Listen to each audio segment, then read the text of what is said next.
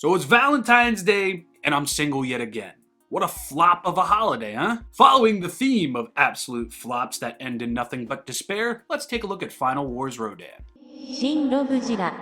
Today we're going to be talking about the Bandai Movie Monster series Final Wars Rodan, the 2018 reissue. Specifically, a re-release of the 2004 and 5 Final Wars Rodan. This lovely little flappy does very little new apart from his Movie Monster series brethren. He's more so closer to the 2005 reissue than the original. The differing in terms more so being in the paint. The original 2004 version of this figure did not feature all this crazy shading. It was actually a little bit brighter and had a little bit more of a lighter tone in terms of the yellowish gold over here. But anyway, let's take a look at paint and detail, huh? That whole Final Wars flop bit, that was just a joke. Please don't hate me. Anyway, paint and detail for Final Wars Rodan. From the time that this figure re-released, I never really had an issue with it. Yeah, the shading on the wings was a little heavy-handed and looked kind of ridiculous, but look at all of the amazing detail that is present. Who cares about the heavy-handed shading that looks like Rodan's adopted a mustache under his arms? It really is very, very nice. And speaking of details, look at all the magnificent details on Rodan's face, head, and horns, man. It looks so good. And one of the many details that I just positively love about this figure are the emerald green metallic eyes surrounded by a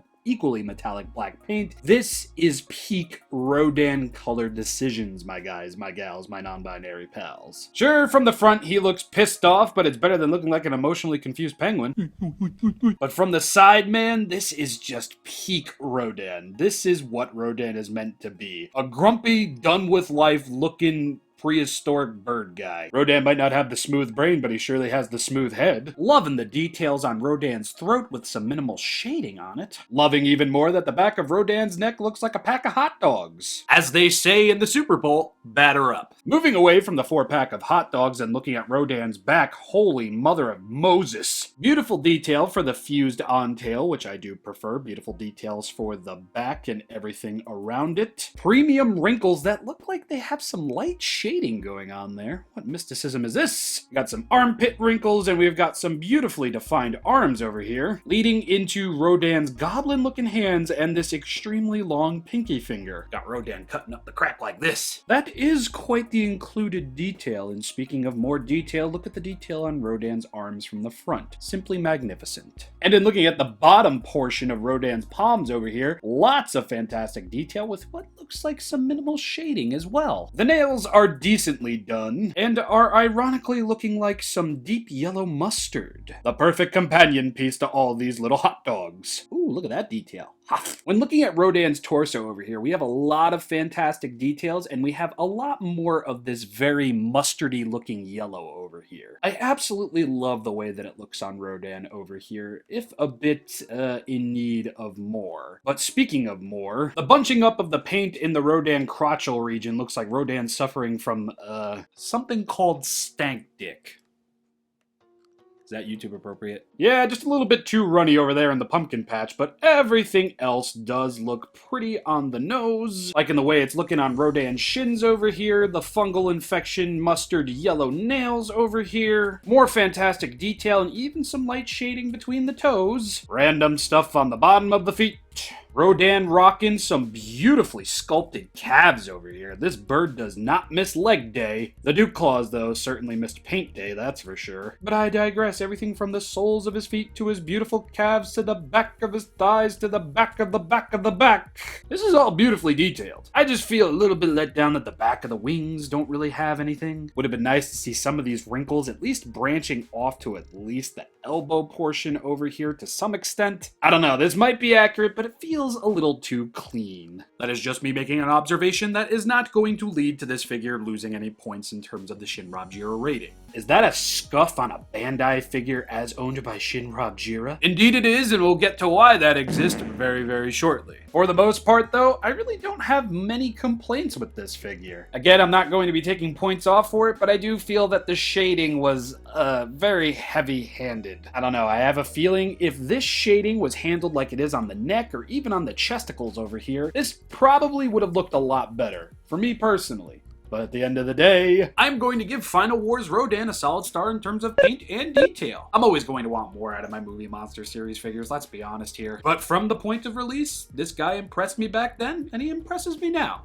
Good on you, Rodan. Final Wars Rodan has one heck of a tag. Just look at that. Love the sun peeking through the clouds, looking down on our favorite little chicken boy. He's looking awesome. On the back of the tag is Rodan's creepy little gremlin hand reaching out. Here is the inside of the tag with not much interesting going on. And now it is time to talk articulation. Nothing in the head. Bummer. But we will get a full-on swivel at the shins over here, right under the kneecaps. Now, before I made mention of this little scuff on Rodaniel's beakle over here, and that is because when I have his legs splayed out like so, he falls. And no, it is not because of the top loader, because as you can see, in not changing the legs over here, he still falls. And the only way I have been successfully able to get this guy to stand is to get him to do the Tommy Pickles, and whammo, he stands.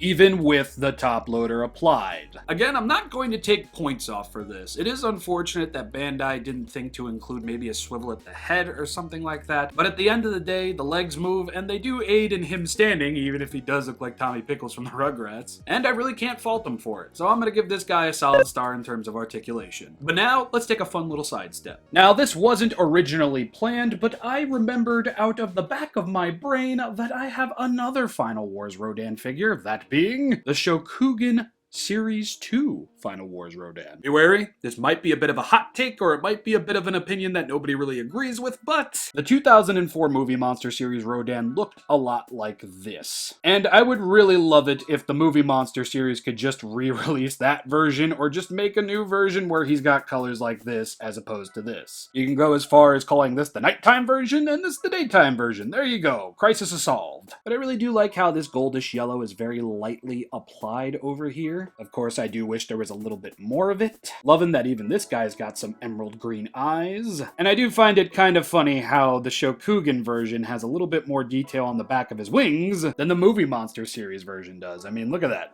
Like night and day. See what I did there? Brought it right back around. And plus, Rodan really doesn't have hot dog neck over here. And even though, yes, it is a smaller and cheaper figure, I feel like the details just pop a lot more with this brighter color tone. But that's just me, and that's just a one-off opinion. There's always going to be a list of could-have-beens and what-ifs when it comes to Movie Monster Series figures, but at base value, and when it comes to this guy, even though he's not my favorite Rodan design, I still think the Movie Monster Series did him some justice. Size comparison time, small, medium, large, and all related bits. Flappy Rodaniel looks amazing on all fronts, absolutely. I just wish there was more to him. Rodan has been T-posed to death, and I think it's about time Bandai did something new. And while none of the original releases had anything but the paint that differed from this guy, I think Bandai missed the opportunity to make this guy more of a standout. But given this was rather early on for the revitalized Movie Monster series, I guess Bandai were more for filling the shelves than improving their products, which I can't really knock them for. I'm gonna give the final flop Flappy Boy over here 3 solid stars, a good release, a highly recommended release, but if you're not feeling the paint job kind of like how I am, you can pretty much find every version of this Rodan on Mandarake. I even saw the theater exclusive version there, tagged, going for like 300 yen.